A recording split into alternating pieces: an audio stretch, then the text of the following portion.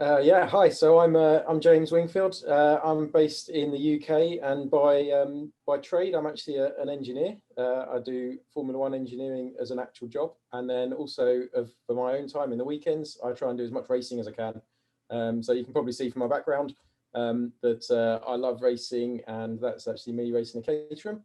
And it was really through that I got introduced to NeuroTracker. There are various places that offer driver training, and some of those introduced me to the concept of neurotraining at the same time as an additional benefit. And I just tried NeuroTracker at one of those and really liked it. So I jumped on board and thought I'd try and find out everything I could about it and try and develop it as much as I could. So recently I've actually set up James Wingfield Racing, which is kind of my own race team. And I use it, obviously I run under that banner myself when I go racing, but I also have a bit of an online presence. I do some sim racing, and I put out some sort of tutorials to help get other people started in motorsport, or some of the sort of lower level amateur racers, to help them with a bit of a leg up and explain why I can get more out of a racing car using an engineering and data driven background. So I've put a few things together already on how to set up race cars. And of course, there's another video already out there, which you'll see sort of down in the corner here, of what I'm using NeuroTracker for to help develop me as a driver, and to try and really sharpen up my mental agility in a race situation.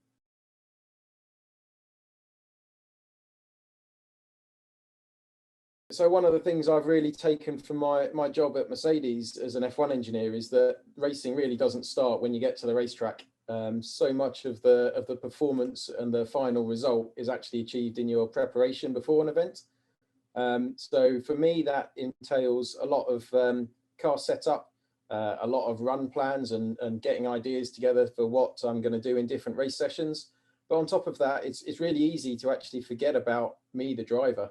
When you're doing your own engineering, you have to really step back occasionally and think about you, the driver, and the preparation that you can put into that is just as important. In fact, probably more so. The driver is the most important part of the car. So yeah, on top of all of my engineering, I actually focus a lot on practice, do a lot of simulator work before I get to the event. I do a lot of video reviews from previous events, and at the track, I'll actually do a lot of data comparisons between all of my different fastest laps, some of my slowest laps as well. If you've got any competitor data, that's all great as well. And there's just so many different things to keep an eye on and to keep thinking about, even when you're not even sat in the car. But yeah, keeping sharp and keeping on top form is absolutely critical. So I find one of the hardest things about racing is actually keeping sharp and keeping on top performance for the entire. I do half-an-hour races, but a lot of people do 2 or 3 hour races. And as you go through that race, obviously your physical condition, you get worn out, you get tired, you get drained. And it's at those times when you're kind of physically at your lowest that you're most likely to make an error, or maybe just not capitalize on a possible overtaking maneuver, or just get that last little bit on your fastest lap. So trying to stay on top performance all the way through the race is a real key part of it. Obviously being fit in yourself is a good element. There are so many tracks, especially at a club level, that are just corner after corner, and there's not really any time for a respite down the straight.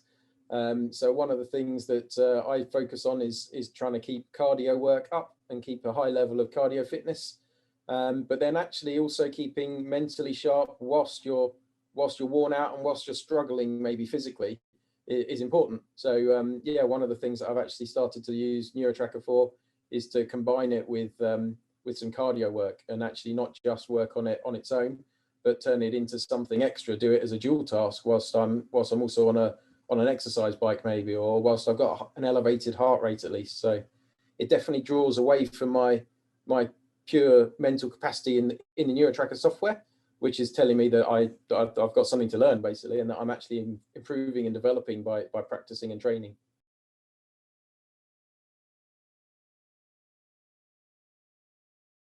So for me, one of the exciting things about this newer application of NeuroTracker, I suppose, is that it really does break new ground for racing drivers. We're all experienced enough, or the game is old enough that we know about keeping fit in the gym, and more recently we know about keeping sharp and keeping up to speed on simulators. but they've always been very separate activities. You'd either be in the simulator or you'd be training physically.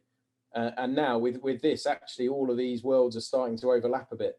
And I think that's a real key integration of existing applications. And we're able to even move it forward now, because you can stress yourself more mentally in a simulator where there's no chance of crashing.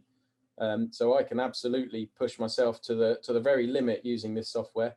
And if my driving all falls apart, I crash into the wall in the simulator and nothing happens. I press reset and I start again. So it's a really good way of actually getting yourself to your limit, finding what your limit is. And if you know where your limit is today, then in a week's time, in 3 months' time, in 6 months' time, obviously you can track how you're improving through that time frame.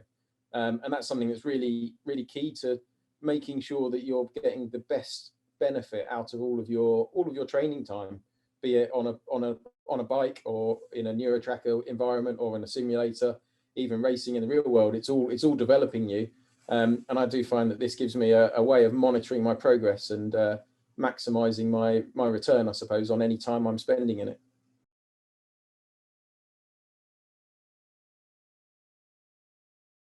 So I've always had like a real keen interest in sort of personal development, I suppose, and that could cover a wide range of areas, including mental and cognitive, which is obviously what the NeuroTracker software is about.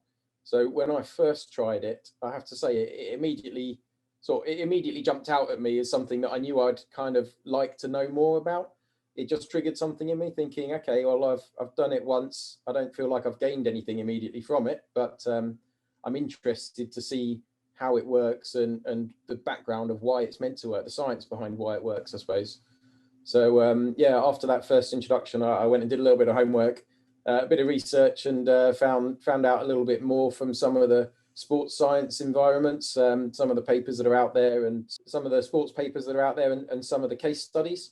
And I really got off on some of that. I think the exciting element of how all these elite sportsmen are actually using it to develop themselves and further themselves really, really sort of worked with me. So from that moment on, really, I wanted to jump in and do as much as I could. So yeah, that's where I've jumped on, and now I've started using it myself, as I say. Keep a track of all my own sessions, and I've enjoyed working up in sort of difficulty, I suppose is the right term.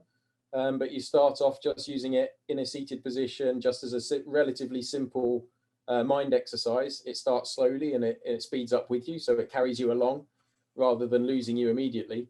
And then once I've done a few sessions like that, then I'll throw in some extra sort of difficulty tasks by combining it with a dual task or a tactical element, like driving in the simulator, obviously.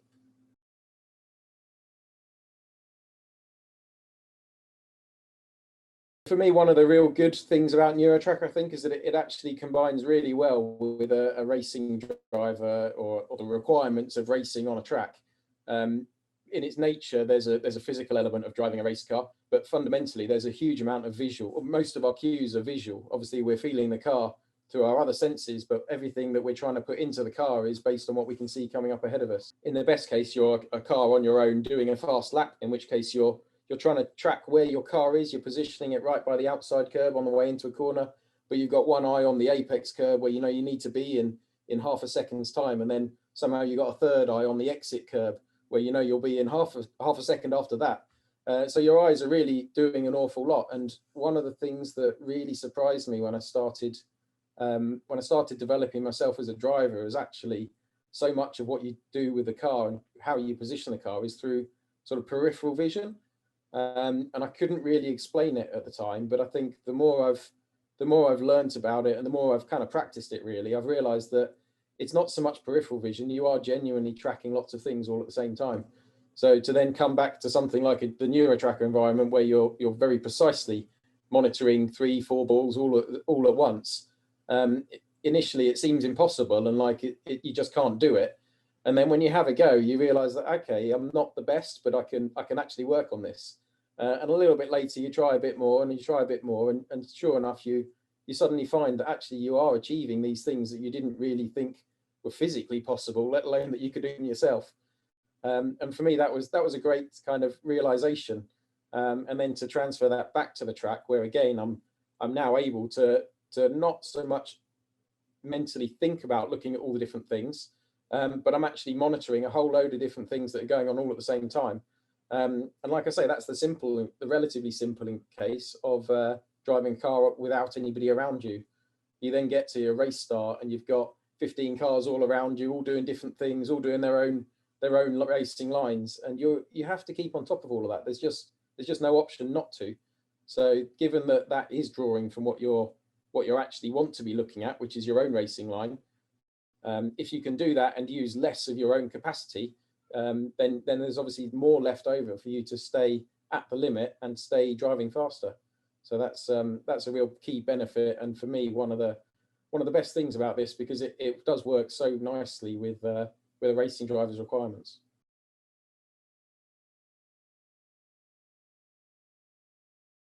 So for me, there have been a number of benefits that I've noticed from using this software, and particularly from using it overlaid with the simulator, as you're seeing in the video. And not least, that's actually just purely on driving lap time. One of the sort of fairly well-known ways to improve your driving is to actually drive the car and look right into the distance. So you're not really looking at where you're positioning the car, you're actually actively looking at something else. So to be doing that, and to be forced to be doing that by using the NeuroTracker software, I found obviously initially my lap times were really poor and I was slow, but then as I got used to it, my lap times were coming up even whilst I was still doing the NeuroTracker training. So from that point, when you then turn the NeuroTracker off and you're just driving the car again, you immediately notice a real step change, because where you were slightly nervous to look too far into the distance, sorry, because where you were too nervous to look right into the distance and not really keep track of where your car is on the local piece of tarmac, suddenly I felt that I was much freer, and my mind was freer to allow me to do that without sort of concern of losing my position. And when I did that, I was actually able to look further down the track, position my car better for future corners, and it really pays back in lap time. Of course, I tried that first on the simulator, as you'd expect, but since then I've even gone back onto a real racing track and applied exactly the same again, and it's given me the confidence to look right down the road and almost ignore all the things immediately around my car, because I know that I've already dealt with that and I've kind of still got half an eye on it, and that confidence to look where you know you want to be looking rather than where you feel you have to look really pays back nicely in a racing.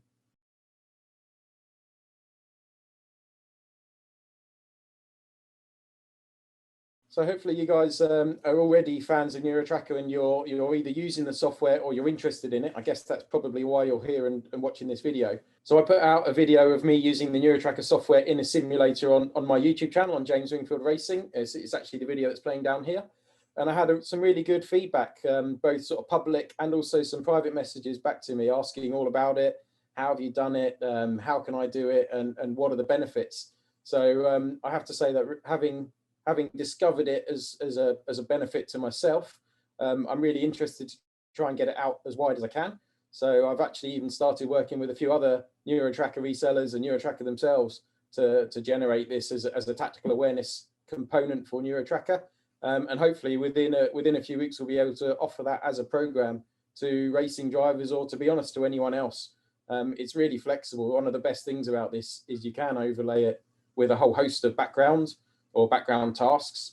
So to do that and to actually track it in a more formalized training program is really key, I think. So that's what we're working on. There's a few of us working on it at the moment, but hopefully we'll have something to offer fairly soon. So if you want to find out any more about me and how I'm using NeuroTracker, or even if you just want to follow me through my own racing escapades this year, then check out all my socials. Obviously, I'm on Instagram and YouTube, James Wingfield Racing, in all those places, basically. And we've even got a little Discord group chat. So if you want to get involved and come and have a chat, I'm happy to share my expertise as both a racing driver and also as an engineer. So maybe the more technical side of racing, of race car setup, or of I don't know, whatever it might be. I'm always looking for some friends to chat with, and yeah, it'd be good to have you on board.